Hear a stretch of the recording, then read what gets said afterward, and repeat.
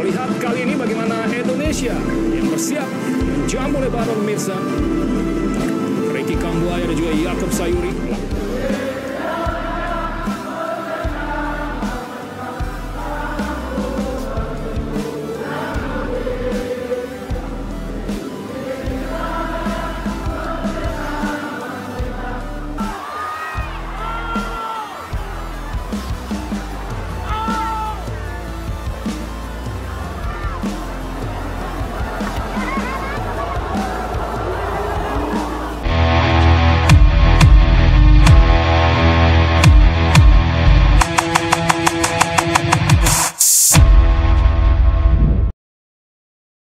Timnas Indonesia menghadapi Timnas Lebanon dalam laga FIFA Matchday di Stadion Gelora Bung Tomo, Surabaya, Jawa Timur, Senin malam WIB.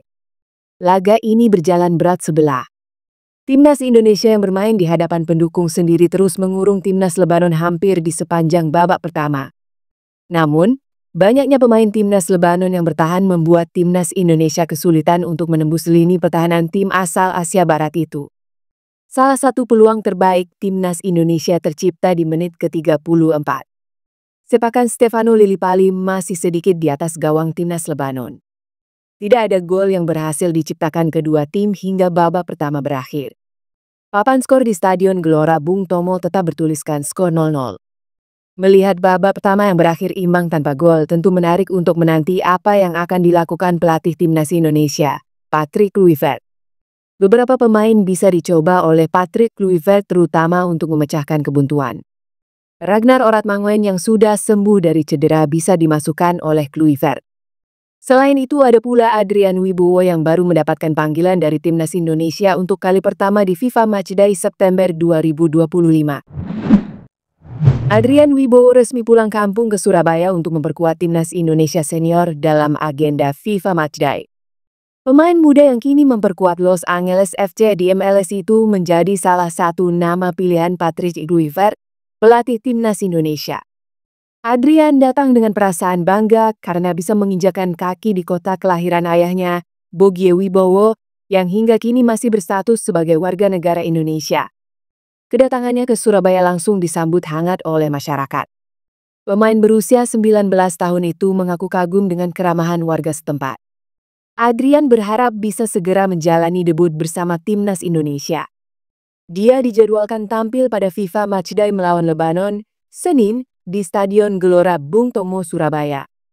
Saya benar-benar ingin segera debut bersama Timnas dan melakukan yang terbaik, katanya. Meski begitu, administrasi dokumen naturalisasi masih dalam tahap penyelesaian. Namun, hal itu tak mengurangi semangatnya untuk beradaptasi dengan skuad Garuda. Bahkan sejak pertama kali mengikuti sesi latihan, dia terlihat cepat menyatu dengan rekan-rekannya. Masuknya Adrian ke dalam skuad Timnas Indonesia memberikan warna baru dalam serangan.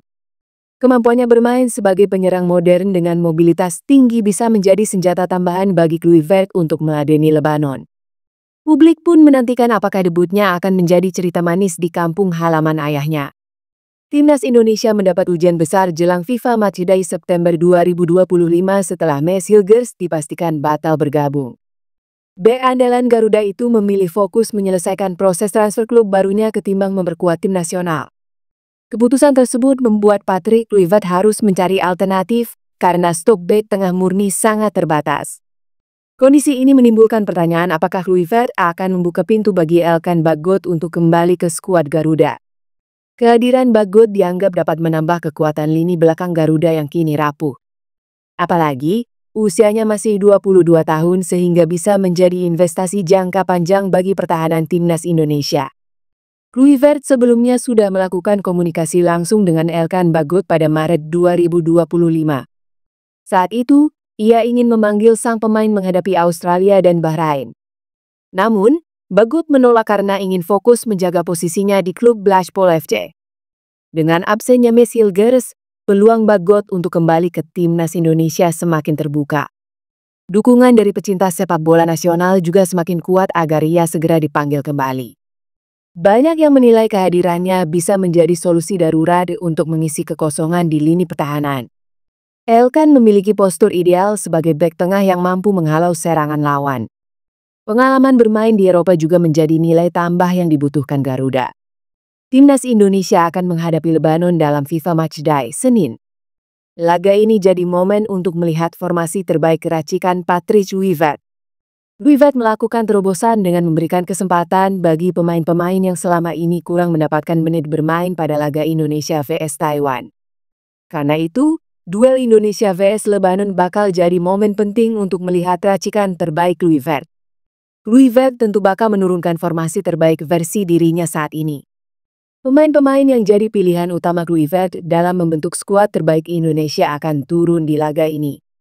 Menarik untuk melihat pilihan Patrice Kluivert dalam membentuk formasi 11 pertama. Bisa jadi nama-nama yang menonjol di partai pertama dan selama ini lebih sering jadi penghangat bangku cadangan bakal bermain. Mauro Zijostra juga mungkin saja dimainkan sejak menit pertama untuk mengisi pos penyerang yang saat ini kehilangan oleh Romain yang tengah cedera. Sedangkan Miliano Jonathans juga bisa diberi kepercayaan untuk bermain sebagai penyerang sayap. Dari segi peringkat, Lebanon adalah lawan yang seimbang dengan timnas Indonesia. Dalam pengumuman peringkat FIFA pada Juli, Lebanon ada di posisi ke-112, lebih baik 6 peringkat dibanding Indonesia. Ketua Umum SI, Erick Thohir, menjelaskan proses naturalisasi pemain keturunan Indonesia, Adrian Wibowo, yang sudah bergabung memenuhi panggilan timnas Indonesia pada FIFA Matchday periode September 2025. Beberapa waktu yang lalu, Adrian Wibowo terlihat sudah berada di Surabaya. Pemain kelahiran Los Angeles tersebut juga terlihat bertemu dengan pelatih timnas Indonesia, Patrice Kluivert, menjelang pertandingan melawan Chinese Taipei. Namun, dia belum masuk daftar susunan pemain ketika skuad Merah Putih menghadapi Chinese Taipei. Erick Thohir memastikan proses administrasi Adrian Wibowo untuk memperkuat timnas Indonesia tidak tersendat permasalahan apapun. Dia mengatakan, SI hanya tinggal menunggu surat dari Amerika Serikat. Pelatih timnas Indonesia, Patrice Kluivert, mengakui apabila Adrian Wibowo merupakan salah satu pemain berdarah Indonesia yang terus dipantau oleh jajarannya. Dia mengakui, Adrian merupakan pemain yang potensial. Adrian Wibowo mengawali kariernya dari Akademi Los Angeles FC dan pada 2023 promosi ke tim utama. Sejauh, pemain berusia 19 tahun ini sudah hadir dalam 38 pertandingan dengan torehan 14 gol bareng Los Angeles FC. Bakatnya yang luar biasa sempat mengantarkan pemain berpostur 183 cm ke timnas Amerika Serikat U17. Sayangnya, persaingan yang ketat membuatnya tak bisa lanjut ke level yang lebih tinggi. Padahal, saat membela timnas Amerika Serikat U17, penampilannya tak terlalu mengecewakan. Dalam 3 laga, ia mengemas 1 gol dalam kemenangan 3-0 atas timnas Belgia U17 pada 2022. Nama Rijsdalinga, striker asal Belanda, muncul sebagai kandidat kuat di naturalisasi timnas Indonesia.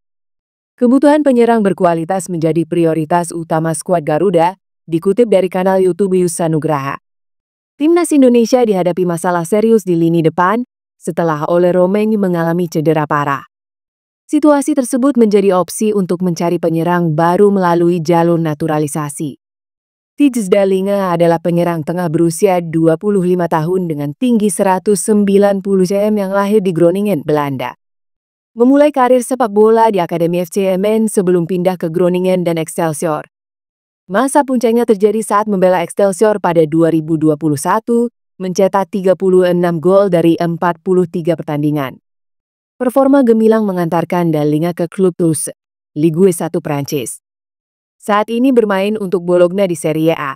Dalinga dikenal sebagai penyerang modern yang memiliki karakteristik klasik seorang finisher yang klinis dengan penempatan posisi yang luar biasa. Dalinga memiliki kekuatan fisik mumpuni dan kecepatan tinggi, menjadikan dirinya penyerang gesit meskipun posturnya tinggi dan sangat cocok dengan skema permainan Patrice Kluivert, pelatih timnas Indonesia. Di tengah harapan masyarakat Indonesia, status keturunan Dalinga masih menjadi misteri. Sampai saat ini, belum ada konfirmasi resmi yang bisa membuktikan garis keturunan Indonesianya. Spekulasi beredar menyebutkan bahwa keluarganya pernah tinggal di Tanjung Priok, Jakarta Utara pada era 1950-an. Namun, berita tersebut masih sebatas rumor yang belum bisa diverifikasi.